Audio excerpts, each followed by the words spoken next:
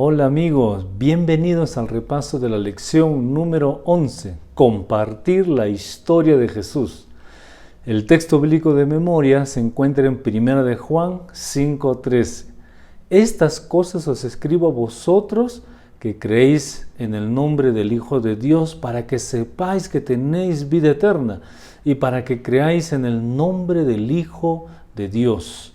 Este versículo bíblico prácticamente resume el contenido de la epístola hasta este punto. La palabra os escribo tiene un propósito de impresionar la mente de los lectores. El apóstol Juan quiere llamar la atención y el propósito específico de Juan es que los cristianos sepan. Y la orientación de la palabra griega es un conocimiento intuitivo que implica una convicción plena, porque al parecer la fe de los lectores de Juan estaba en peligro de debilitarse y con el tiempo desaparecer. El enfoque de la lección de esta semana se centra en algunos versículos bíblicos. Por ejemplo, 1 de Juan 5:1 al 3, dice así: todo aquel que cree que Jesús es el Cristo es nacido de Dios, y todo aquel que ama al que engendró, ama también al que ha sido engendrado por él. En esto conocemos que amamos los hijos de Dios, cuando amamos a Dios y guardamos sus mandamientos. Pues este es el amor de Dios, que guardemos sus mandamientos, y sus mandamientos no son gravosos. Juan repite el tema de la filiación de Cristo que ya expusiera anteriormente. Al acercarse al fin de su epístola, él quiere decirle a sus lectores que el hecho de que Jesús era el Hijo asegura la relación de ellos con Dios. Todo el que cree que Jesús es el Cristo es un hijo o hija de Dios. Los destinatarios de esta carta deben saber que son hijos de Dios por su fe en Jesús. Esta fe los señala como cristianos que expresan su amor por Dios, cumpliendo sus mandamientos.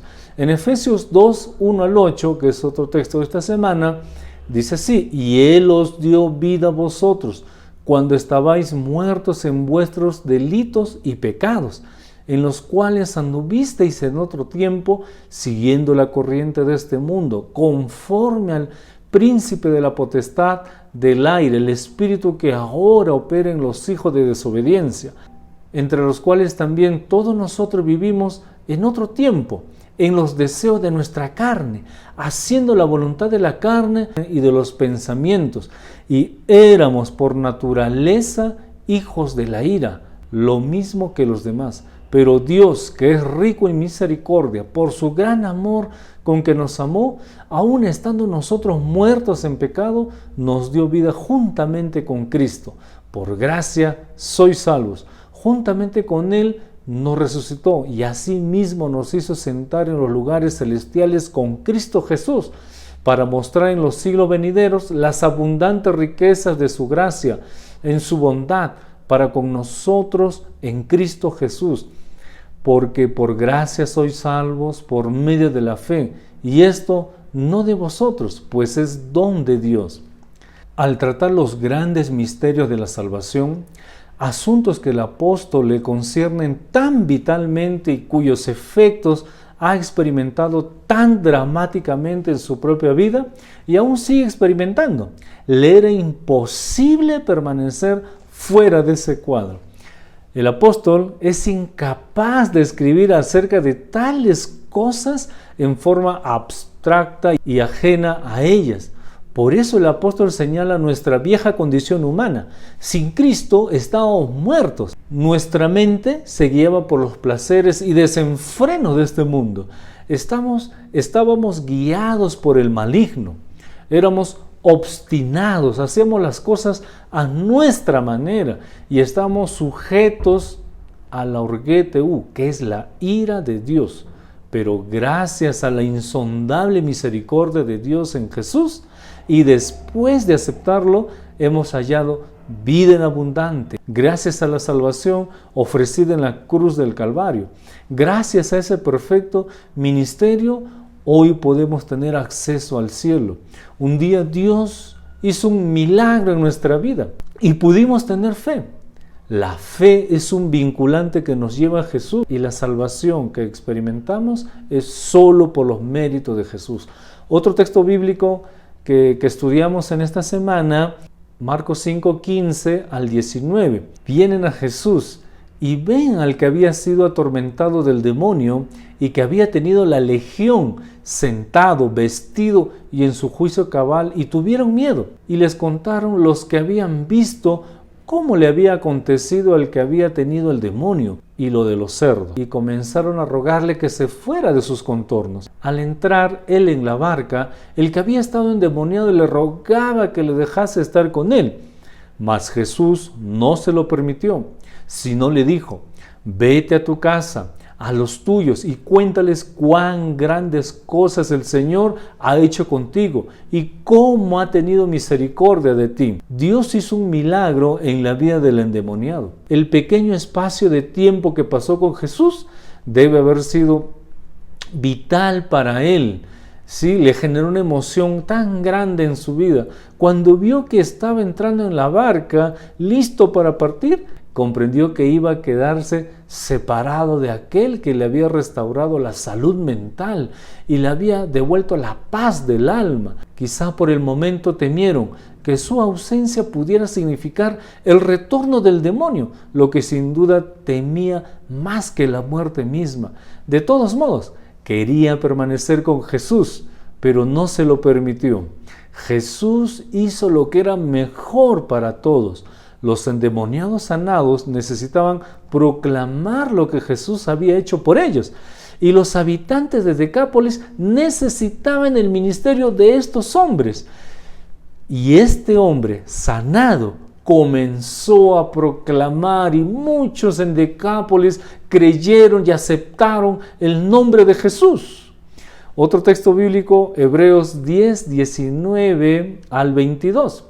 Así que, hermanos, teniendo libertad para entrar en el lugar santísimo por la sangre de Jesucristo, por el camino nuevo y vivo que Él nos abrió a través del velo, esto es su carne, y teniendo un gran sacerdote sobre la casa de Dios, acerquémonos con corazón sincero, en plena certidumbre de fe, purificados los corazones de mala conciencia y lavados los cuerpos con agua pura. El apóstol Pablo resume brevemente sus conclusiones, a saber que por medio de Jesucristo tenemos acceso directo a Dios, y deduce lecciones prácticas para los cristianos de origen judío. Bajo el antiguo pacto, esto era un privilegio exclusivo del sacerdote y solo una vez al año. Ahora, todos los creyentes tenemos acceso directo al lugar santísimo o a los lugares santos gracias a la sangre de Jesús. No como el sumo sacerdote terrenal con la sangre de animales que no podía quitar los pecados, sino por la sangre del sacrificio eficaz de Cristo, hecho una vez y para siempre. Este camino nuevo en el sentido de que no había existido antes. El antiguo pacto no tenía ese camino. Cristo vive siempre para interceder por nosotros. El camino nuevo se centra en una persona que vive eternamente, que es la verdad y la vida, Jesús. El velo que cita aquí el apóstol Pablo se usa con el sentido de algo que oculta de la presencia divina. Ahora, notemos lo siguiente, que este es uno de los varios pasajes donde el autor de Hebreos recalca que mediante Cristo Jesús el hombre tiene acceso directo a Dios. Este parece ser el pensamiento central de todo el mensaje del libro de Hebreos. Debido al sacrificio de Cristo en favor de nosotros, ya no existe un velo entre nosotros y nuestro Dios.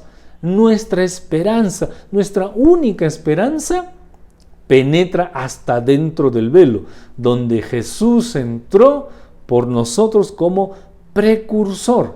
Eso lo encuentran en Hebreos 6, 19 al 20. No es suficiente creer en Cristo y en su ministerio sacerdotal en los atrios celestiales. Nosotros debemos hacer uso de esas facilidades que nos da el cielo, que nos ha proporcionado tan bondadosamente y por medio de las cuales podemos alcanzar misericordia y hallar gracia para el oportuno socorro. Debemos acercarnos todos los días para poder acceder a esos atrios celestiales. Pastor, ¿y cómo nos acercamos todos los días? Haciendo nuestra devoción diaria, y un día tendremos acceso en el cielo. La lección hace una reseña y dice lo siguiente: el poder de la testificación en el Nuevo Testamento era el poder del testimonio personal. Los creyentes del primer siglo compartieron a un Cristo que conocían. Por eso todos nosotros somos llamados a compartir ese Cristo que conocemos. Conozcámoslos más todos los días. Los cristianos artificiales, si existe tal cosa, nunca cambiarán al mundo.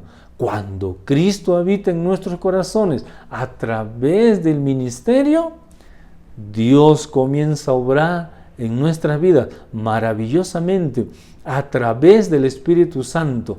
El Espíritu Santo va cambiando nuestra vida completamente. Testificar es una tarea laboriosa. Si es simplemente un deber o una obligación religiosa, es una delicia si proviene de un corazón que rebosa de amor por Cristo, que nos ha redimido. Cuando estamos enamorados, disfrutamos hablando de la persona que amamos. Lo que es verdad para el amor humano, ciertamente es verdad para el amor divino. El poder del testimonio en el Nuevo Testamento fue precisamente esto.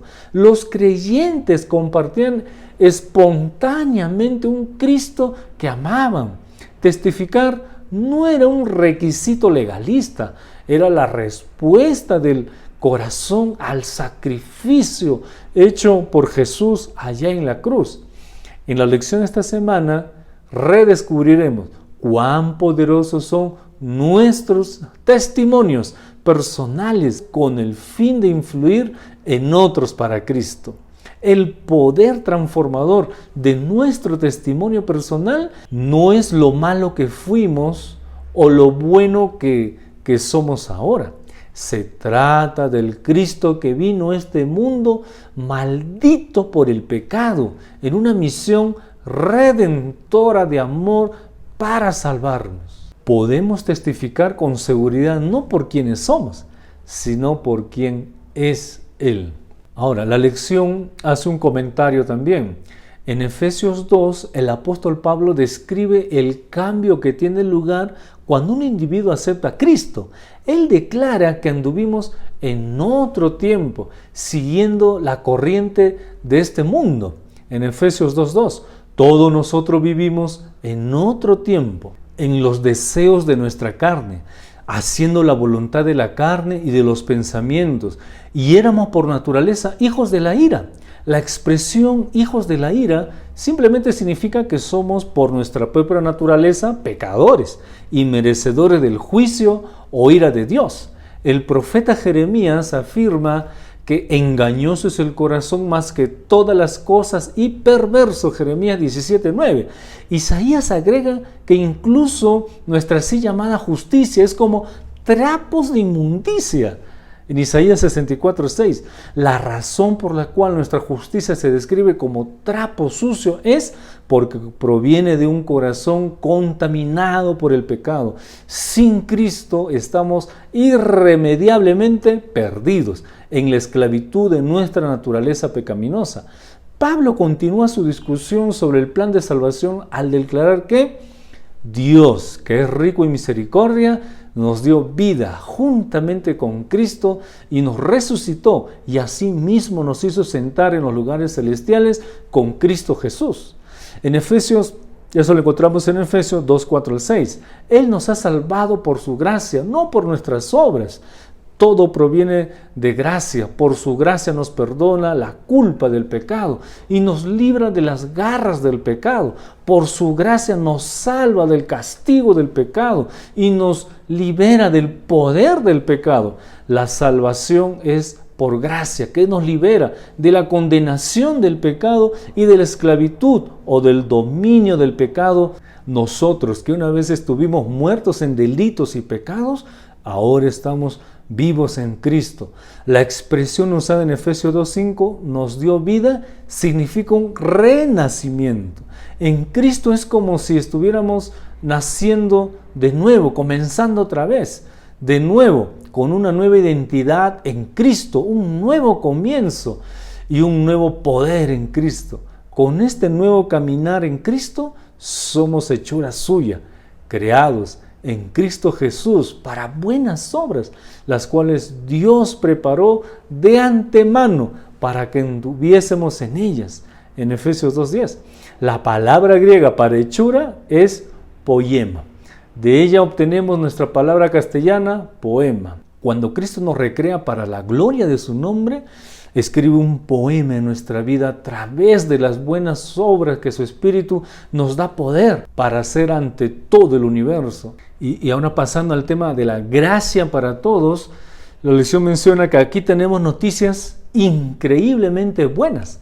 La gracia de Dios no solo está disponible para unos pocos elegidos. El apóstol Pablo deja en claro que se da gratuitamente a todos. Él declara así: pero ahora en Cristo Jesús, vosotros que en otro tiempo estabais lejos, habéis sido hechos cercanos por la sangre de Cristo, porque Él es nuestra paz, que de ambos pueblos hizo uno, derribando la pared intermediaria de separación. La expresión la pared intermedia de separación es notable. Los judíos no permitían que ningún judío entrara en el templo judío.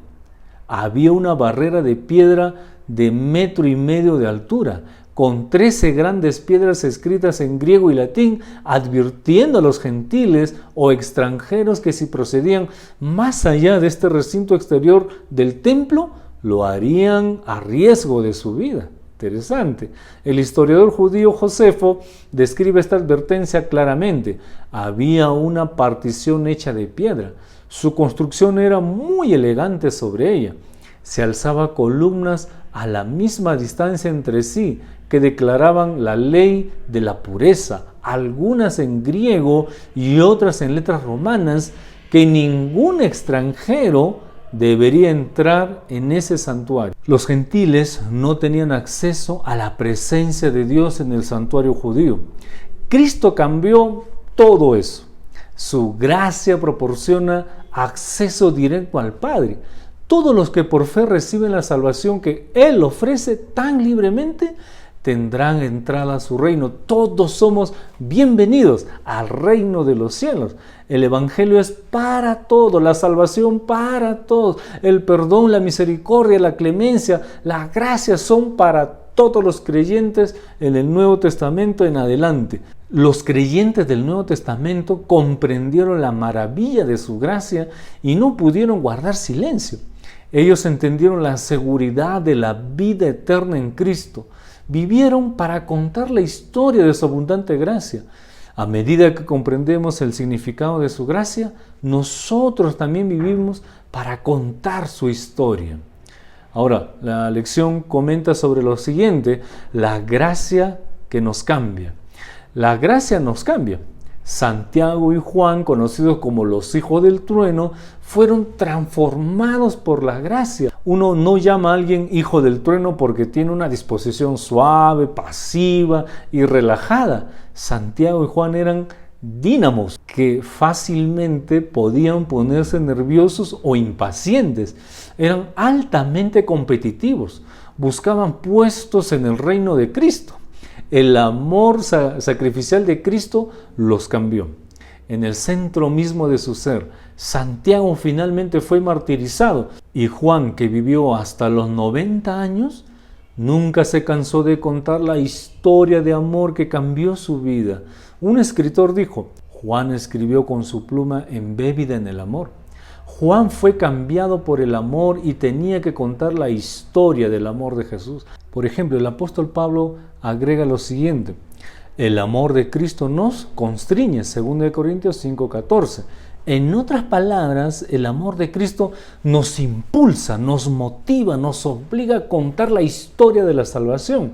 Elena de White lo dice también de esta manera: El amor es un atributo celestial, el corazón natural no puede originarlo.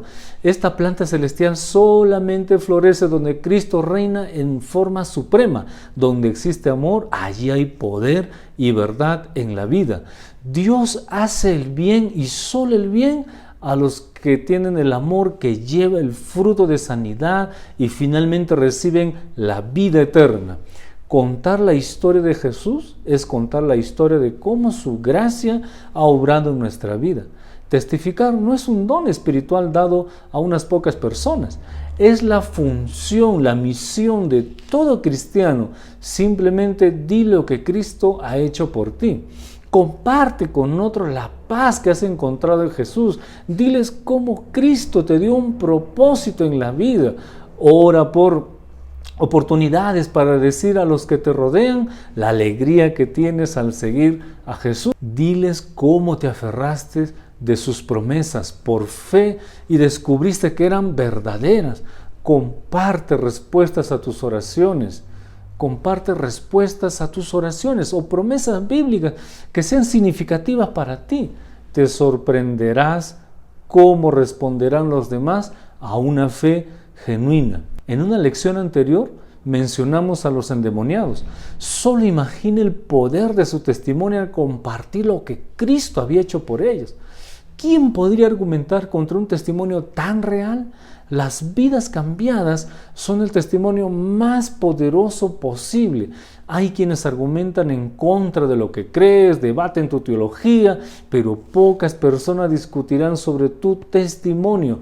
Como dice Elena de White, el argumento más poderoso en favor del Evangelio es un cristiano amante y amable. Los críticos guardaron silencio ante los sorprendentes cambios en la vida de los endemoniados. A medida que el amor de Cristo fluya por tu vida, otros se sentirán conmovidos para buscar al Cristo que te ha cambiado y te ha dado tanta paz y alegría. Ahora, acerca de la seguridad cristiana, la lección dice lo siguiente: si alguien te hiciera la pregunta, ¿tienes vida eterna?, ¿cómo responderías? ¿Sería tu respuesta ambigua o segura? Dirías, espero que sí, ojalá lo supiera, no estoy seguro. Jesús quiere que tengas certeza de la vida eterna. El apóstol Juan declara que Dios ha dado vida eterna y esta vida está en su Hijo, 1 Juan 5:11. Luego agrega palabras demasiado claras para ser malentendidas. El que tiene al Hijo tiene la vida. El que no tiene al Hijo de Dios no tiene la vida. Estas cosas os escribo a vosotros que creéis en el nombre del Hijo de Dios, para que sepáis que tenéis vida eterna. Mientras tengamos a Jesucristo viviendo en nuestra vida, el don de la vida eterna es nuestro. Él es vida. Es esta seguridad lo que otorga poder a nuestro testimonio. Nuestra seguridad no está basada en nuestras buenas obras o nuestra justicia superior. Se basa solo en Cristo, que vive en nuestra vida por el Espíritu Santo, que produce buenas obras a través de nosotros. Pastor, ¿y todo esto cómo nos sirve? ¿Cómo lo podemos aplicar a nuestra vida? Bueno, la lección hace algunas preguntas sobre eso. ¿Es posible ser un testigo efectivo de Cristo sin la seguridad de la salvación en tu propia vida? Algunos cristianos adventistas están preocupados por aceptar la enseñanza bíblica de la seguridad de la salvación debido a la declaración de Elena de White que indica que nunca debemos decir que somos salvos, ¿no? En Palabra de Vida de Gran Maestro, en la página 120 está eso. Un análisis cuidadoso de esta declaración revela que ella estaba hablando en un contexto de una vez salvo, siempre salvo. Estaba hablando de la falsa seguridad, de la autoconfianza, de la idea errónea de que cuando vengo a Cristo nunca puedo caer y perderme. A eso se refería Elena de White en esa cita. Esta doctrina fácilmente puede conducir a la complacencia en nuestra vida cristiana y a la justificación de nuestro propio comportamiento pecaminoso. La gracia de Dios no es barata, cambia nuestras vidas. Con respecto a la seguridad de salvación en Jesús, Elena de White fue muy clara cuando afirmó lo siguiente: Cada uno de ustedes puede saber por sí mismo que tiene un Salvador vivo, que Él es su ayudador y su Dios. No necesita llegar al punto de decir, no sé si soy salvo. ¿Crees en Cristo como tu Salvador personal? Si así lo haces, regocíjate. Anima a tu clase a compartir por qué creen en la seguridad de la salvación. Es la base de todo testimonio efectivo. Haz que un miembro de la clase lea en 1 de Juan 5, 11 al 13 y comenten estos versículos en la clase. ¿Dónde se encuentra la seguridad de la vida eterna? Lee y desarrolla la siguiente declaración. Una vez que la mirada se fija en Él, la vida halla su centro. El entusiasmo, la devoción generosa, el ardor apasionado de la juventud hallan en esto su verdadero objeto. El deber llega a ser un deleite y el sacrificio un placer. Honrar a Cristo, asemejarse a Él, es la ambición superior de la vida y su mayor gozo. Gracias por escuchar el comentario de la lección. No olvides suscribirte para que sigas recibiendo el comentario y el repaso también del comentario de la escuela sabática. Que Dios te bendiga.